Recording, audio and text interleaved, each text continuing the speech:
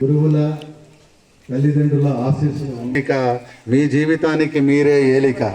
అవునా? మీ జీవితానికి మీరేనా ఏలిక? ఓయ్, ఏలిక మీరేనా?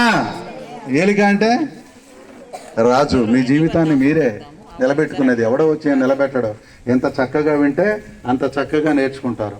సో అందుకే శ్రవణం అనేటువంటిది సో ఈరోజు చక్కగా చేశారు ఈ వేడుక. 3 పాయింట్ స్టూడెంట్స్, పేరెంట్స్, టీచర్స్, అంతేనా?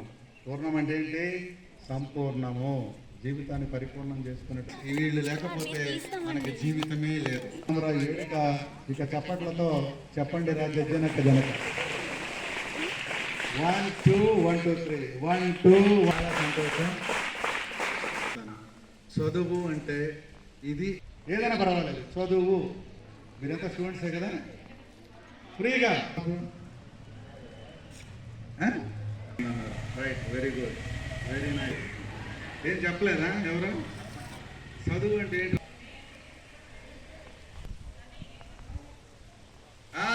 ఎవరు? అద్భుతం. పిల్లలకి చెప్తారు కదా, వెరీ మంచిగా ఉంటాడు, మంచిగా ఉంటాడు. మంచితనం లేకపోతే రోజు పనులను బట్టి వారికి రావాల్సినటువంటి జీతం. ఎంత చదువుకుంటే అంత వాళ్ళు తెలియజేసుకుంటూ చదువు అంటే మంచితనం ఉండాలి.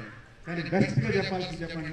ఎనీబడి 19 ఏళ్ళు రాగానే అమ్మ ఏం చెప్పినా నీకేం తెలియదు. నడవడిక మార్చుకొని అమ్మా నాన్న కళ్ళల్లో వెన్నెల పూలు పూయించడం అనేటువంటిదే చదువు యొక్క పరమాత్మ.